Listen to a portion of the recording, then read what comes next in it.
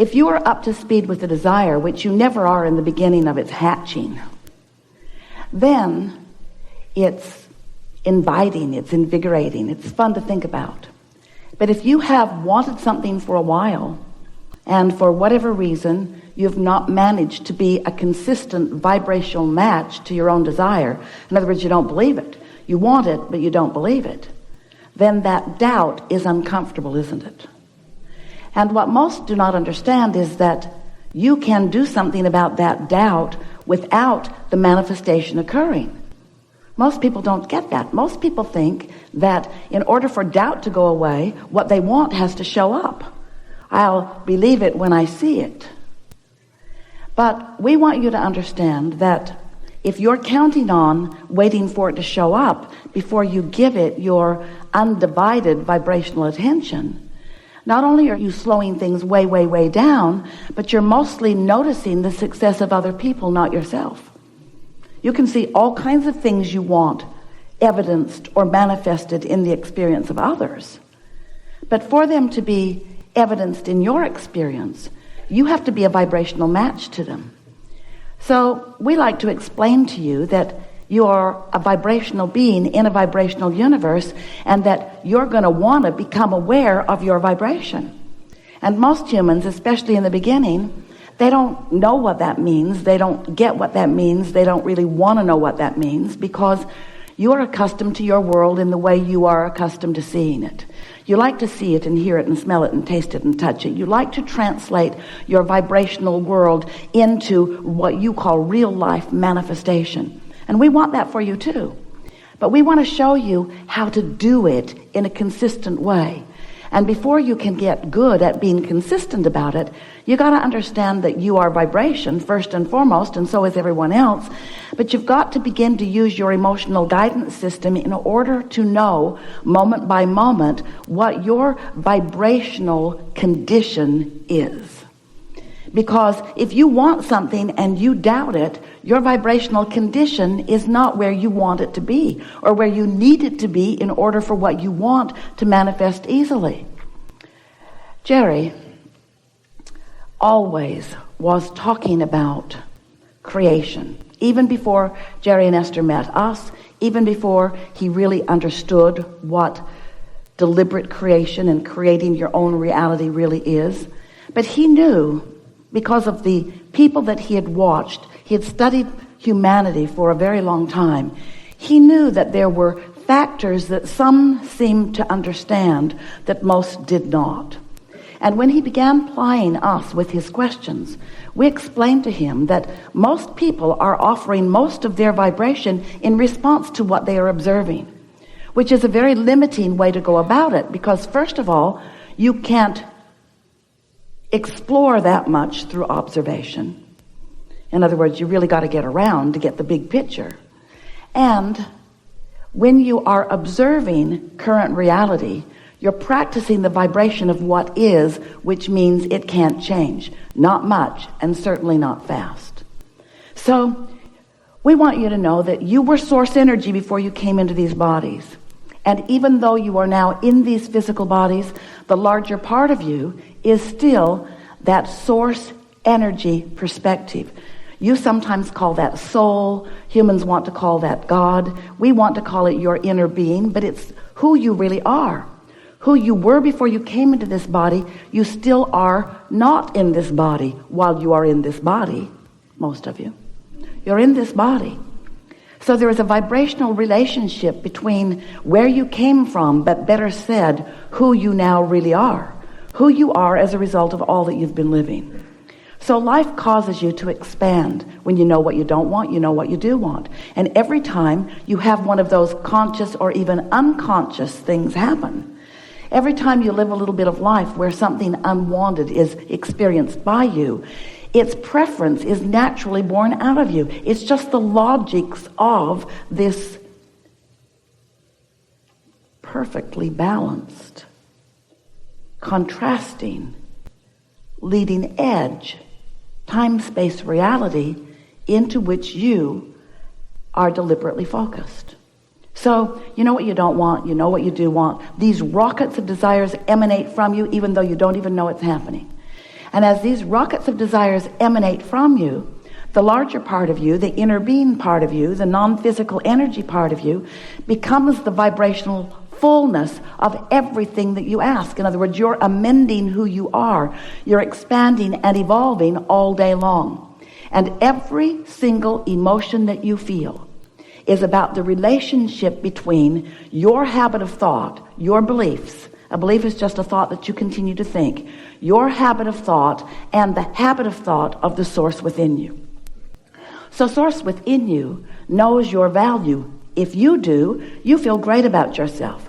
Source within you loves you and everyone else. If you do, then you feel wonderful in this moment.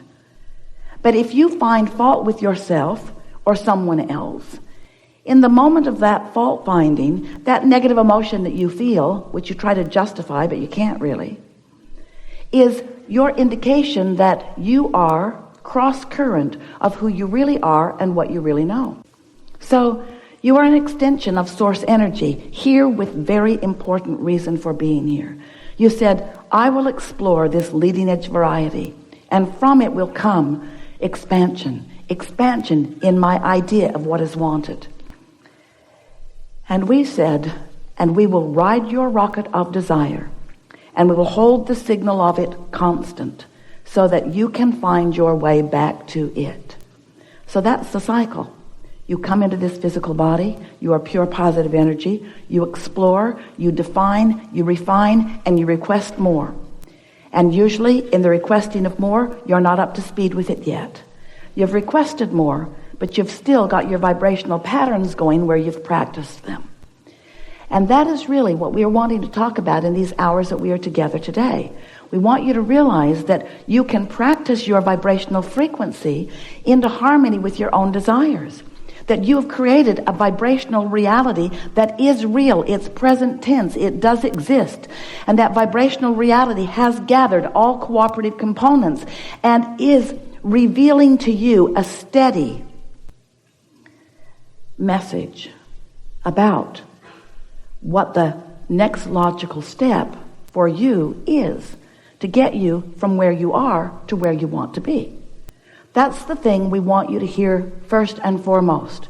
Your inner being knows where you are in your physical format, in your physical personality, with the beliefs that you hold, in relationship with everything you want, with your veritable fortunes of relationships and financial well-being and all other manner of desires that you have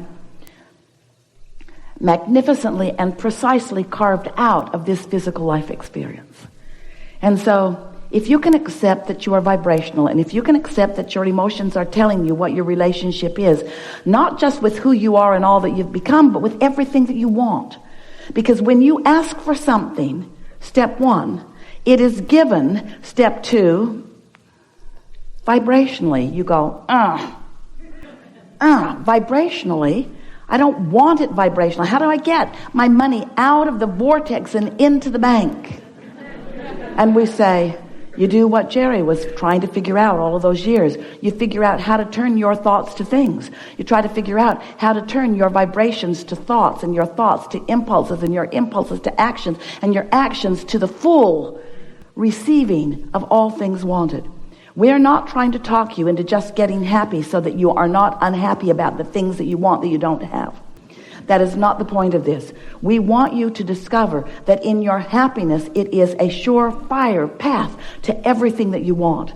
But you've got to get your priorities straight. You've got to figure out that you are vibrational. You've got to figure out that how you feel matters. And then you've got to do something about consistently taking care of the way you feel. Sometimes you are in situations that are just not that pleasant. Sometimes you are having experiences that just don't feel that good. And you'll hear us say, try to find a better feeling thought. And you'll say, well, it would be easier if I wasn't standing right in the middle of this mess.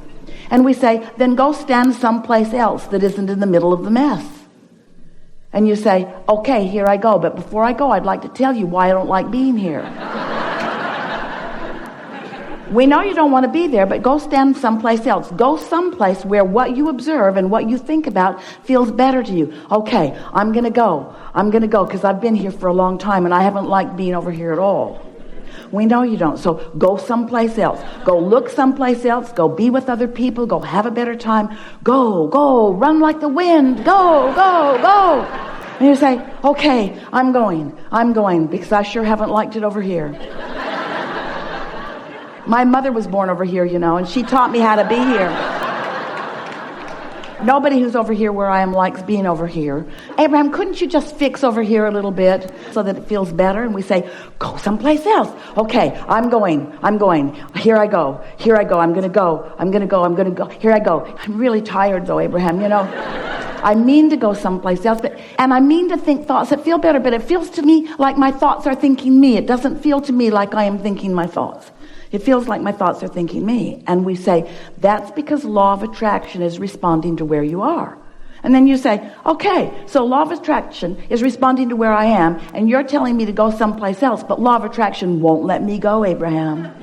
Law of attraction will not let me go. I'm trying to go, but I can't go. And we say, well, then just relax a little bit. Look at where you are with a little less definition. Talk a little less about what you don't like about where you are.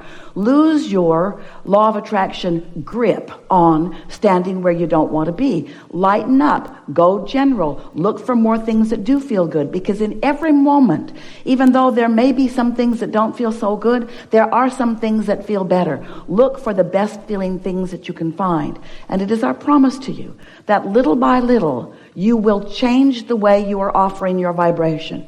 You will change what you are broadcasting. And that's really what we want you to hear from us first and foremost today. What you broadcast, which means what you think about and what you focus on and what you talk about, what you're broadcasting, is what is accomplishing your vibrational attitude. It's what your point of attraction really is all about. And what you're broadcasting and what is coming back to you in response to that broadcast is how you create your own reality. So even though you are standing in the middle of something unwanted, you have to figure out how to broadcast something differently. You've got to figure out how to find a way of saying it nicer, saying it in a way that it's kinder to you, beating up on yourself less, beating up on other people less, being less critical, more appreciative. But you got to do it a little bit at a time, because law of attraction is your best friend. Because law of attraction is consistent. Law of attraction is always reflecting back to you what you got going on.